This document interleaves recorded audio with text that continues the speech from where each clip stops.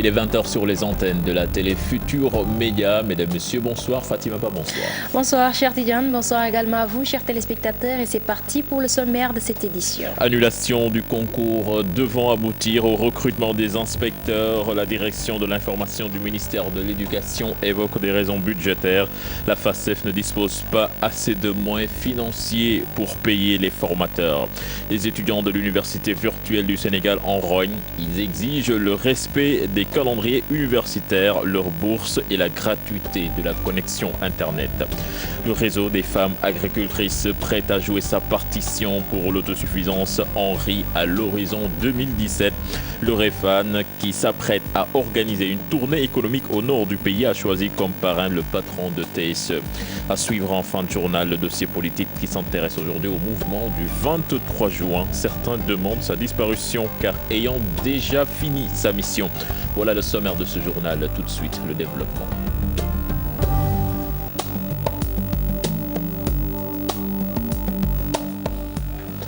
Bienvenue à toutes et à tous. Le concours des élèves inspecteurs suspendu par le Premier ministre. Le ministre de l'Éducation évoque des problèmes d'argent. Exactement, cher Tidiane. La FASTEF ne disposerait pas de moyens financiers pour payer les formateurs. Un problème à régler, selon une inspectrice, car le nombre d'inspecteurs au Sénégal est insuffisant. Reportage Aminata Mbaresso, Diafaraba.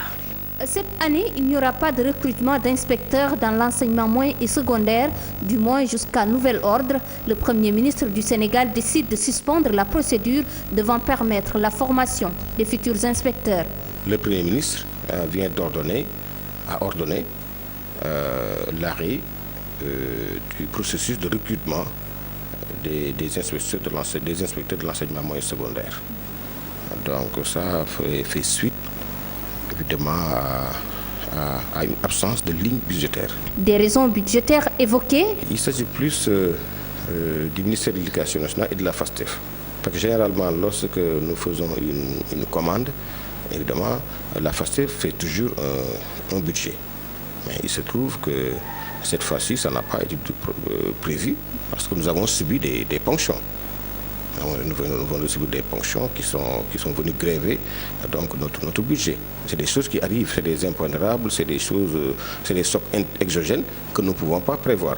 Et pourtant, le système éducatif sénégalais souffre aujourd'hui d'un déficit d'inspecteurs. L'exemple donné par cette inspectrice en activité en est une illustration. Pour ce qui est de l'IA de Pikine Guédiawaye, nous n'avons qu'un seul inspecteur du moyen secondaire, qui est inspecteur d'ailleurs de vie scolaire, je pense. Il n'y en a qu'un seul. Et peut-être il y a une collaboration qui fait qu'ils peuvent venir d'autres académies pour intervenir dans notre académie. Mais même dans ce cas de figure, nous pensons que le taux d'encadrement est très faible. Conséquence, la qualité des enseignements dispensés subit un coup fatal. Les bilans qui ont été faits par rapport au PDF en 2010 ont montré que sur le plan de l'accès, peut-être le Sénégal a gagné une grande bataille, mais sur le plan de la qualité de l'éducation, il y a beaucoup à faire. Et dans cette bataille pour la qualité de l'éducation, l'encadrement du personnel enseignant, la formation du personnel enseignant, l'accompagnement du personnel enseignant est fondamental. Et parce que pour un enseignant, arrêter de se former, c'est arrêter d'enseigner. Parce que c'est le renouvellement des connaissances. L'encadrement est fondamental, le contrôle est fondamental. Donc, s'il n'y a pas un personnel pour le faire, ça pose véritablement problème. Je vous ai parlé tout à l'heure de ratio.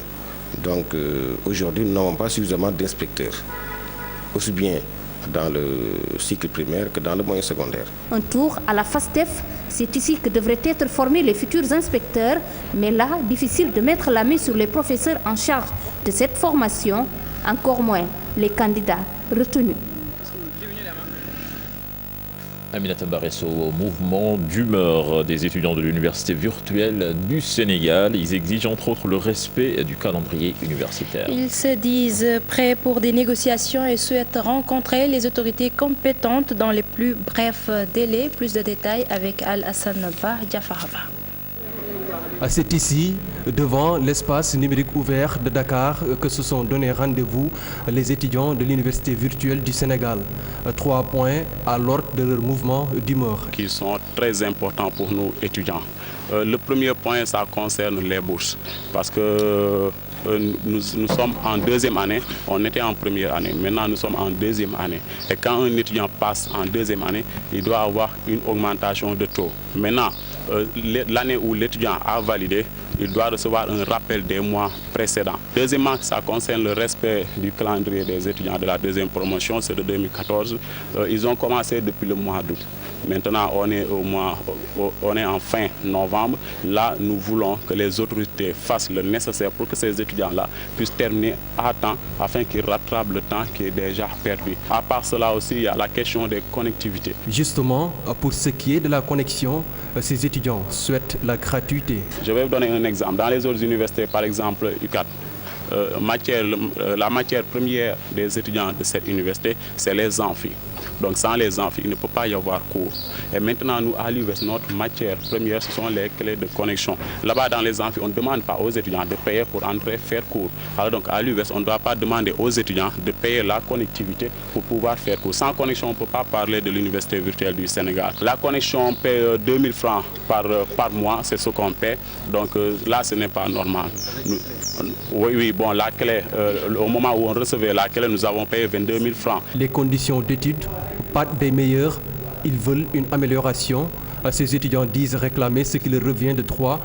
Mansour Sow et ses camarades souhaitent rencontrer les autorités compétentes d'ici la semaine prochaine pour trouver une issue heureuse. Puisque c'est une situation qui est vraiment urgente, il faut qu'ils nous appellent pour que nous réglons la situation d'ici la fin de la semaine. Nous restons toujours dans l'univers de l'enseignement supérieur avec le Sénégal qui abrite du 23 novembre au 1er décembre 2015 les manifestations scientifiques du CAMES. 12 thématiques seront débattues, 300 participants attendus. Le programme de reconnaissance sera examiné. Le Conseil africain et malgache pour l'enseignement supérieur évaluera également les diplômes au cours des travaux. Le recteur de l'université Cheikh Anta Diop de Dakar, le professeur Ibrahima Thioub, a fait face à la presse ce matin. Compte rendu, Maïmouna Ndiaye. Programme de reconnaissance et équivalence des diplômes, changement climatique, sécurité alimentaire, entre autres thématiques qui intéressent le CAMES, Conseil africain et malgache pour l'enseignement supérieur. Plusieurs experts seront mobilisés à Dakar pendant 9 jours pour partager leurs expériences. Les deuxièmes journées scientifiques du CAMES vont se tenir du 23 au 25 novembre 2015. Le thème général de ces journées est mise en œuvre des programmes thématiques de recherche du CAMES. Quel projet pour quelle gouvernance? Les communications seront en relation avec les programmes thématiques de recherche mis en place lors des premières journées scientifiques du CAMES organisées à Abidjan en Côte d'Ivoire en décembre 2013.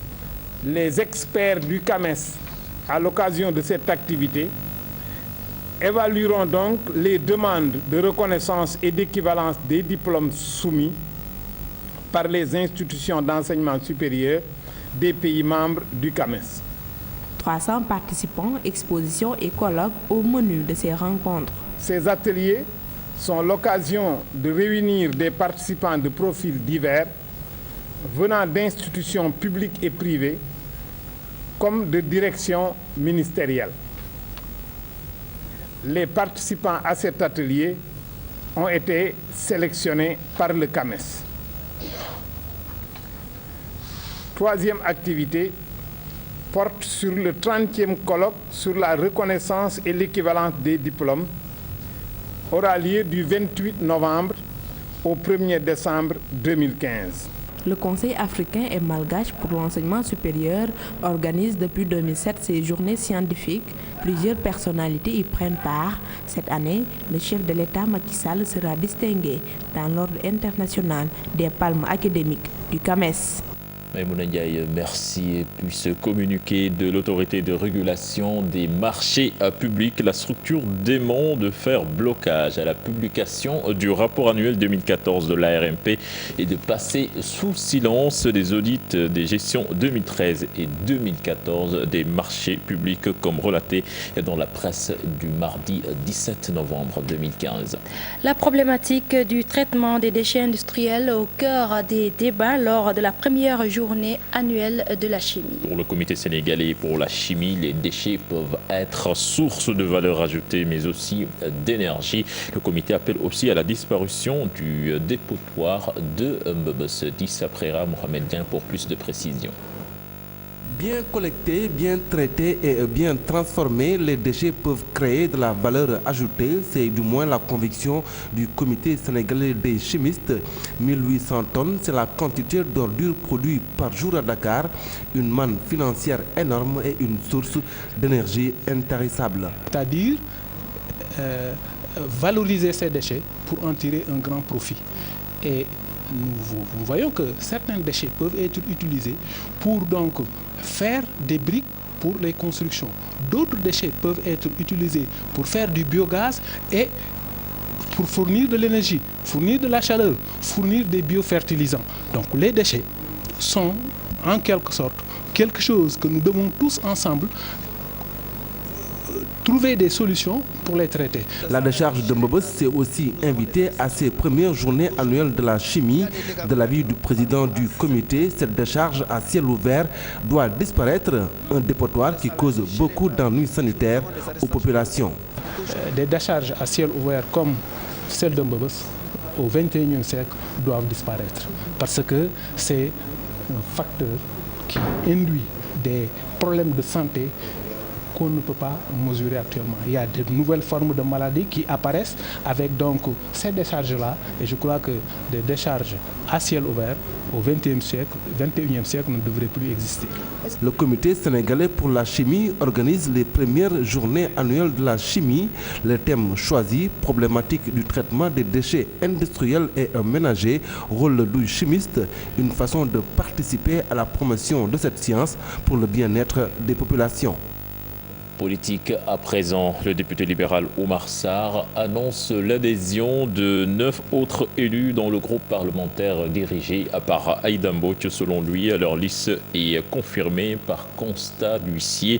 Le cadre de concertation de l'opposition a fait face à la presse cet après-midi. Je vous propose d'écouter Oumar Sarr. Il est interrogé par Adi Atala. Nous avons quand même eu, en tant que député du groupe parlementaire des libéraux et démocrates, avec notre présidente Aïssatou Mbodj, nous avons quand même eu en fait, des actions supplémentaires pour montrer au président de l'Assemblée nationale que dans le groupe initial, il y a une majorité très forte. Nous avons, je vous informe, par voie d'huissier, fait constater encore que notre majorité est là, dans le groupe initial des 12 ou 11, comme on veut. Donc il y a eu encore un constat, par PV, un constat d'huissier sur cette question précise que nous avons envoyée au président de l'Assemblée nationale. Nous voulons la paix, parce que même avoir un groupe initial où il y avait 11, nous avons déjà dit au départ qu'il y avait 7 qui avaient signé pour nous. Ensuite, avoir 9 personnes, 9 autres députés qui signent, qui disent qu'ils veulent intégrer le groupe initial. Ça, quand même, ça n'a rien à voir avec un groupe qui ne peut pas compter 5 personnes. Le cadre de concertation de l'opposition invite en outre les citoyens à venir les soutenir de ce 25 novembre à l'Assemblée nationale à l'occasion de la plénière. 800 millions de francs CFA, c'est l'enveloppe destinée à l'achat d'équipements pour les populations de la région de Diourbel, un financement qui entre dans le cadre du programme d'urgence de développement communautaire. Le département de Mbacké n'est pas concerné par le PUDC. Seuls Bambey et Diourbel sont éligibles. Un atelier de partage a réuni élus locaux de la région et les techniciens du FONGIP. À l'Assemblée, Mohamed Diop. Susciter une plus grande implication des élus locaux dans la mise en place des équipements dans le cadre du PUDC. C'est la mission de cet atelier de partage qui a réuni maires des communes de la région de Diourbel et des techniciens du Fonds de garantie des investissements prioritaires FONGIP. Impliquer les maires des communes profondément dans la mise en œuvre du PUDC parce que c'est les élus locaux, les citoyens qui sont les villageois, les gens qui habitent les villes, les acteurs économiques, ils ont besoin d'être encadrés. Pour la région de Diourbel, ce sont 504 équipements qui sont prévus pour une enveloppe globale de 800 millions de francs CFA. Mais si tu réunis Diourbel et Bambey, on a 504 équipements pour une valeur à peu près de 800 millions. Il faut comprendre par équipement tout ce qui est maçonneuse-batteuse, tout ce qui est moulin à mine, tout ce qui est décortiqueuse et tout ce qui est matériel de transformation. Pour le moment, seuls les départements de Diourbel et Bambey sont éligibles dans ce programme. Mbacké le sera bientôt.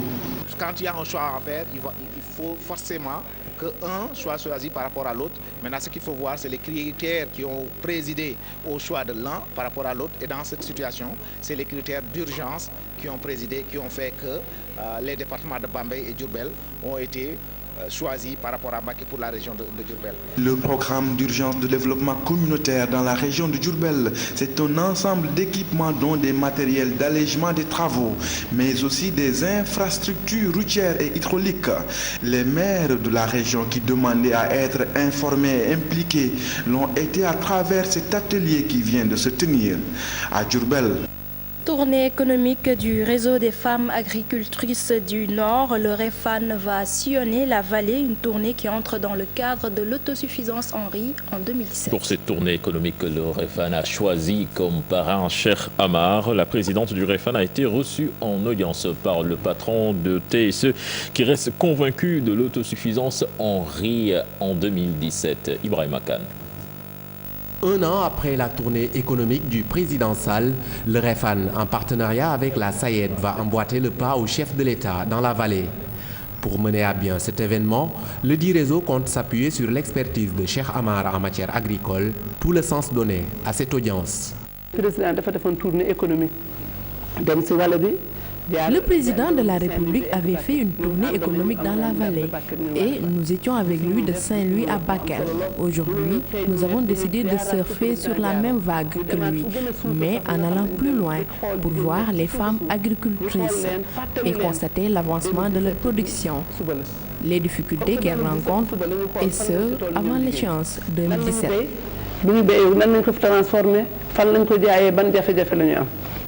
L'objectif de cette tournée, rappeler aux producteurs de riz les objectifs pour 2017. Dans cette mission, le REFAN sera soutenu par TSE et son PDG.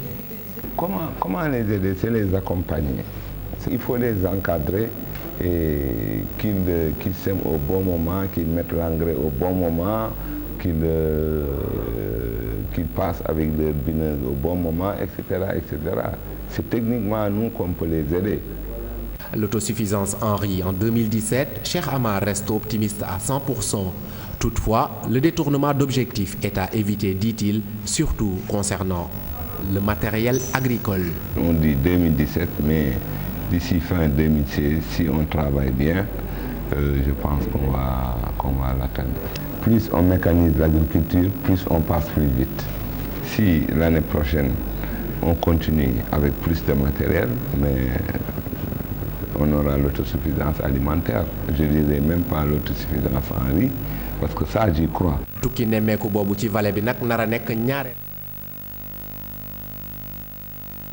Cheikh Amar rappelle les jeunes Sénégalais de la diaspora en retour au bercail, se dit-il, pour se lancer dans l'agriculture. Pour le PDG de TSE, beaucoup de jeunes misent sur l'Occident pour réussir alors qu'ils pourraient gagner plus s'ils revenaient au Sénégal. Cheikh Amar, que je vous propose d'écouter au micro d'Ibrahima Khan.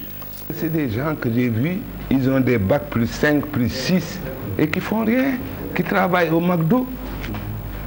Ou ailleurs, mais je me suis dit, mais attends, ces gens-là, s'ils viennent au Sénégal, ils peuvent faire quelque chose que de rester dans des pays comme ça.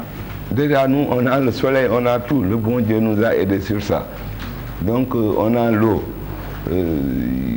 Donc, on a tout pour réussir, si tu veux dire. Moi, quand on me parle de pétrole, je ne crois pas au pétrole. Tant mieux, si on en a, tant mieux. Mais il y a des pays qui ont du pétrole. Les États-Unis, ils ne touchent pas le pétrole. Hein. Ils se sont développés par l'agriculture. L'agriculture ne représente que 5% du PIB. Mais si tu touches à 1% de cette agriculture, mais tout le PIB chute. l'industrie va chuter de 20%, les services de 30%. Le sud du pays à présent, Fatima, les populations de la commune de Kafountine en manque d'eau potable. 14 îles sans eau, un véritable calvaire pour les populations. Elles ont organisé un forum pour trouver des solutions à ce problème. C'est une correspondance de Boubacar Diassi. C'est le paradoxe de Kafountine, une commune de 19 villages, dont 14 îles. Mais des îles qui ont du mal à trouver la moindre goutte d'eau potable et les femmes en souffrent le plus. C'est les insulaires, les femmes des îles. L'accès est excessivement difficile. Ils ont manque d'eau. C'est l'élément principal. Ça vraiment, je veux que l'État, le président, revoie sur ça et essayer d'aider. La souffrance des femmes des 14 îles de Kafountine ne se limite pas à la recherche d'eau potable. Il y en a bien d'autres. Les femmes des îles travaillent dans des conditions très difficiles. Je veux dire les femmes de la commune, n'est-ce pas? Même si ces conditions diffèrent d'un milieu à un autre, mais on se rend compte que le milieu insulaire est un milieu non seulement difficile d'accès, ce qui fait que le travail des femmes devient du coup difficile. Tous ceux qui s'activent dans le domaine du maraîchage, par exemple, ont des difficultés pour acheminer leurs produits vers le marché de consommation. Pour résoudre leurs problèmes, ces femmes organisent un forum grandeur nature à Kafountine auquel a pris part la responsable du Haut Conseil du dialogue social. Nous avons pris contact avec le ministre de tutelle, le ministre délégué Moustapha Diop, qui va les accompagner. Nous avons déjà en tout cas pris contact avec lui pour qu'à l'issue du forum, celles qui n'avaient pas pu bénéficier du financement du PAPEJ puissent en tout cas en bénéficier. Mais avec une priorité pour les femmes des îles qui ont des difficultés d'accès à l'eau potable. Vous savez, accès à l'eau potable aujourd'hui, j'allais dire que c'est quand même difficile. Parce que l'eau, c'est source de vie. Ces femmes ne perdent pas l'espoir de sortir de l'ornière un jour ou l'autre. Nous restons dans le sud du pays. Recherche de la paix en Casamance et les femmes de Diourbel décidées à jouer leur partition dans ce combat. Un plan d'action est mis sur pied afin d'accentuer le plaidoyer pour un retour définitif de la paix dans cette partie sud du pays. Un atelier de 2 jours a réuni les acteurs. Écoutons à ce propos Fatou Gueye, membre de l'USOFORAL, une plateforme de femmes pour la paix en Casamance. Elle est au micro de Mohamed Diop Salassan. À partir déjà de la première phase, nous savons que le président de la République Macky Sall a réagi auprès de certaines régions comme Saint-Louis, Kaolack et Louga pour féliciter les femmes de leur mobilisation. Mais nous ne comptons pas nous en tenir à cela seulement. Nous souhaitons également nous battre pour qu'ils puissent nous entendre de vive voix, qu'on pose réellement les véritables questions sur l'évolution du processus, mais également sur la place qu'on va donner à la femme, donc à la table des négociations. Parce que nous sommes convaincus que 33 ans de conflit et jusque-là, on n'a pas trouvé de solution avec les armes. Nous sommes donc convaincus que seule la voie du dialogue peut permettre donc d'accéder à une paix définitive en Casamance. Et pour cela, nous avons besoin de l'engagement et de la sincérité des deux parties pour qu'on puisse arriver enfin à cette paix. Et puis à Goudomp, le conseil départemental fait un don de médicaments au centre de santé pour lutter contre les maladies. Une initiative saluée par le médecin-chef de la région. Ce dernier a profité de cette occasion pour tirer la sonnette d'alarme sur le manque criard de personnel médical dans cette localité. Bakary Kanté. 13 collectivités locales du département de Goudomp sont frontalières à la Guinée-Bissau. Les Bissau-Guinéens fréquentent les marchés hebdomadaires du Balantakunda, comme le font inversement les habitants de Goudomp pour les marchés bissau-guinéens. Une situation qui inquiète les autorités locales. Une raison pour laquelle nous avons jugé au niveau du conseil départemental d'appuyer le district de Goudomp, parce que nous sommes menacés à travers notre frontière. Et nous avons un problème. Nos populations, chaque jour, ils se déplacent pour aller rejoindre ces Loumos et revenir au Sénégal. Nous avons jugé de doter notre santé en médicaments pour vraiment lutter contre certaines maladies et lutter contre certaines épidémies au niveau de notre département. Le médecin-chef du district sanitaire de Goudomp salue le geste car il y a parfois pénurie de médicaments. Goudomp étant le plus vaste département de la région de Sédhiou, il est difficile de prendre en charge toutes les populations de cette localité, mais aussi les patients bissau-guinéens. Donc avec 10 millions de médicaments, ça va nous servir pour assurer des soins de qualité aux populations de Goudomp. C'est à cause de la configuration du département de Goudomp, donc qui est le département qui est frontalier avec la Guinée-Bissau. Donc il y a beaucoup de patients qui viennent ici, qui sont consultés à Goudomp, qui sont très bien appelés en stage, tout en prenant les dispositions. Après avoir octroyé 10 millions de francs CFA pour l'achat des médicaments, le conseil départemental compte lutter contre le manque de personnel de santé. Nous allons continuer à appuyer la santé et accompagner la santé. Tout de suite, je viens de dire aux médecins de me chercher quelqu'un qui a une qualification pour essayer de le recruter et renforcer certains postes au niveau du département. Venu présider la rencontre, le préfet de Goudomp, Demba Touré, a demandé au conseil départemental de pérenniser ces genres d'initiatives. Bakary Kanté en mot de sport, retour sur la victoire des Lions hier face au Baréa malgache. Les joueurs se prononcent sur leurs prestations. Si pour Karambot l'essentiel était de ne pas prendre de but, ses coéquipiers estiment que l'équipe va se bonifier lors des prochaines rencontres. Des propos recueillis par nos reporters Pafara Ning et Ababakar Kamara. Le plus important c'était de gagner et on l'a fait. La mission c'était de passer cette tour et de pouvoir être dans le tournant. Maintenant, on sait bien qu'aujourd'hui l'équipe n'a pas joué dans ses moyens. Mais bon, le plus important ce soir c'est la victoire. On est là pour franchir les objectifs, aller loin avec le Sénégal, avec l'RCC et on verra bien ce qu'on va faire. Mais je suis un Sénégalais comme tout le monde. Quand je suis rentré, je dois faire mon boulot, je l'ai fait, donc l'équipe a gagné. C'est ça le plus important. Comment vous avez vu l'avenir de cette équipe? Non, on va continuer à bosser, on va continuer à travailler, c'est le travail qui paye. Le chemin est encore long, il reste des matchs à jouer, donc on va concentrer. Déjà, on va rentrer en club. Après, prochaine sélection, on va faire ce qu'il faut. Parce que notre objectif, c'est de se qualifier au deuxième tour. Donc, ça a été difficile, mais on a quand même gagné 3-0. Et tout ce qu'on voulait, c'est de gagner sans encaisser de but. Donc, on l'a fait, on a réussi. Donc, il faut continuer le travail parce qu'il y a beaucoup de matchs à venir. Et notre objectif, c'est de se qualifier à la Coupe du Monde 2018. À présent, le dossier politique de ce soir qui s'intéresse au mouvement du 23 juin qui depuis quelques jours est sous les feux de la rampe. Sa rencontre avec le Front patriotique pour la défense de la République a fait couler beaucoup d'encre et de salive. Certains pensent que l'organisation doit disparaître après avoir rempli sa mission. Dossier signé Adi Atala et Modou Diop. La rencontre entre le M23 et le FPDR a suscité le débat. Certains ont dénoncé la démarche allant jusqu'à créer un malaise au sein de l'organisation. Après la rencontre avec le FPDR, d'amener des précisions à l'endroit de l'opinion pour que les gens comprennent que le M23 n'est pas une vitrine de l'opposition, que le M23 est là pour veiller, pour alerter, que le M23 est aussi là pour accompagner les politiques publiques de rupture. Nous avons écrit à tous les partis politiques et c'est dans ce cadre-là que nous avons déjà rencontré certains. Et la dernière fois, c'était le FPDR. Et donc, le plus normalement du monde, ils nous ont répondu, on les a rencontrés et on attend la réponse de Benno Bokk Yakaar. Mama Diop, le père du défunt Mamadou Diop, tué dans des manifestations préélectorales, se dit déçu et surpris par l'initiative du bureau du M23 et les membres de la structure tempèrent. Ça m'a beaucoup surpris. Parce qu'on ne peut pas vouloir quelque chose et son contraire. Le M23 ne m'a jamais soutenu. Même Ablaye Tine, qu'on a commis, c'est Madame Amsatou Sow Sidibé qui l'a commis pour la famille.